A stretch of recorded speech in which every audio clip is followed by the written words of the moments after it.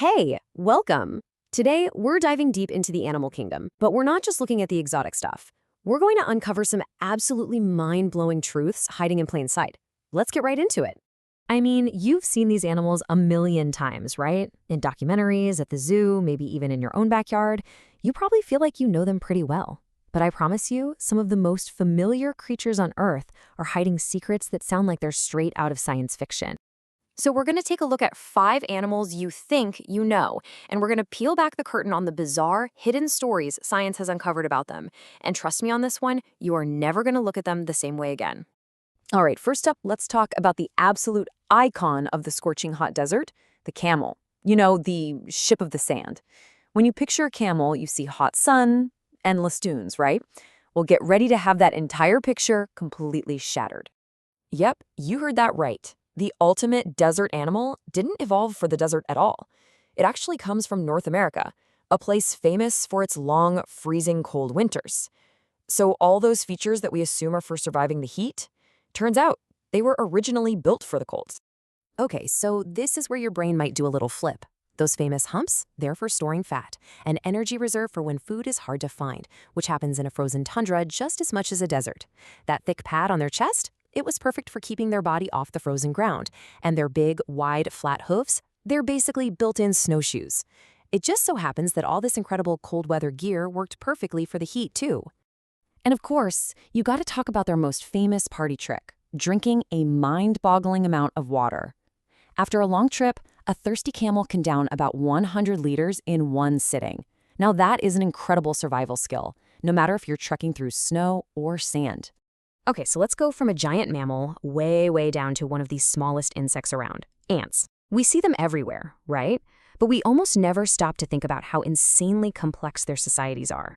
These aren't just little robots. They're part of a massive, super intelligent system that has some seriously strange behaviors. So get this crazy phenomenon called the ant mill or the death spiral. See, army ants are mostly blind, so they navigate by following the chemical trail, the pheromones, of the ant right in front of them. But if that trail gets messed up, they can end up following each other in a circle. They get trapped in this loop, marching and marching until they literally drop dead from exhaustion. It's like a tragic glitch in their social operating system. But that same social programming leads to some truly incredible stuff. I'm talking about medic ants. When a soldier ant gets injured fighting termites, dedicated medics will actually carry the wounded ant back to the nest. Then they'll clean its wounds by licking them, and their saliva has antimicrobial properties that prevent infection. This one act reduces the colony's death rate by an insane 90%. That is literally battlefield medicine on a miniature scale. And just when you think you've heard it all, it gets even weirder. Meet the honeypot ants. In some colonies, certain ants have just one job: to be living, breathing food pantries. Other ants feed them nectar until their bodies swell up like little grapes. Then they just hang from the ceiling of the nest, acting as a food reserve for the whole colony to use when times are tough. Wild. All right, our next animal is probably the most common one on the entire planet, the chicken. Yep, the chicken. We think of it as, just a farm animal, but it's also a direct link to one of the most terrifying predators to ever walk the earth. Just to put it into perspective, humans consume over 72 billion chickens every single year. So yeah, they're a huge part of our world. But their story goes back much further than our dinner plates. So not that long ago, scientists were able to study these tiny protein fragments from actual dinosaur fossils, and they made this absolutely unbelievable connection. They found that our humble, everyday chicken is in fact the closest living relative to the Tyrannosaurus rex. I am not kidding, the king of the dinosaurs. So the next time you see a chicken strutting around, just take a closer look. You might just see a little bit of that royal, prehistoric bloodline. So that begs the question, right? If a chicken is basically just a tiny T-Rex, can you hypnotize it? And the answer is, yeah, you totally can. It's this wild phenomenon called tonic immobility. If you hold a chicken's head down gently and just draw a line in the dirt away from its beak, it can go into this trance-like state. So technically speaking, you can hypnotize a dinosaur. Who knew? Okay, so we've had a dinosaur in disguise. Now let's talk about an animal that seems to be having a full-blown identity crisis, the giant panda. It's a bear. It has the digestive system of a pure meat eater, but it's chosen, well, a very different path in life. So here's the deal. A panda's diet is pretty much all bamboo. We're talking 99%. But here's the crazy part. Its entire digestive system, its gut, is built for processing meat, protein, and fat.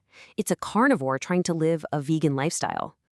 I love this quote from one of the sources because it just sums it all up perfectly. A panda is like having a Ferrari that you only use for pizza delivery.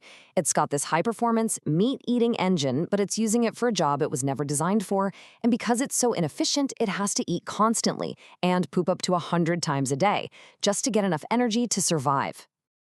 And for our grand finale, we're heading down to the bottom of the ocean to meet a creature that is, well, it's just plain weird. This sea cucumber.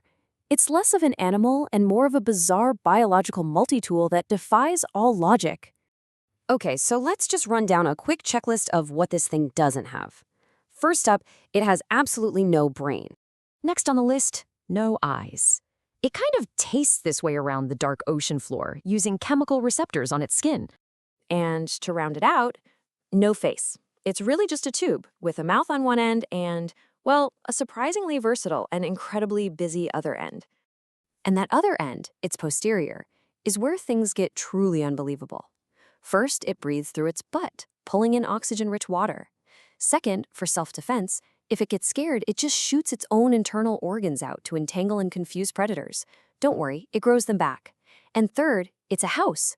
A tiny fish called the pearlfish actually lives inside the sea cucumber's butt for safety. So it's a breathing, defending, real estate-providing marvel of biology.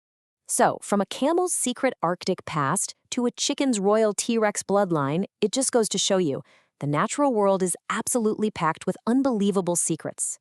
It really makes you think, doesn't it? The next time you see a seemingly ordinary creature, what hidden history, what bizarre biology are you going to wonder about? Thanks for letting us explain.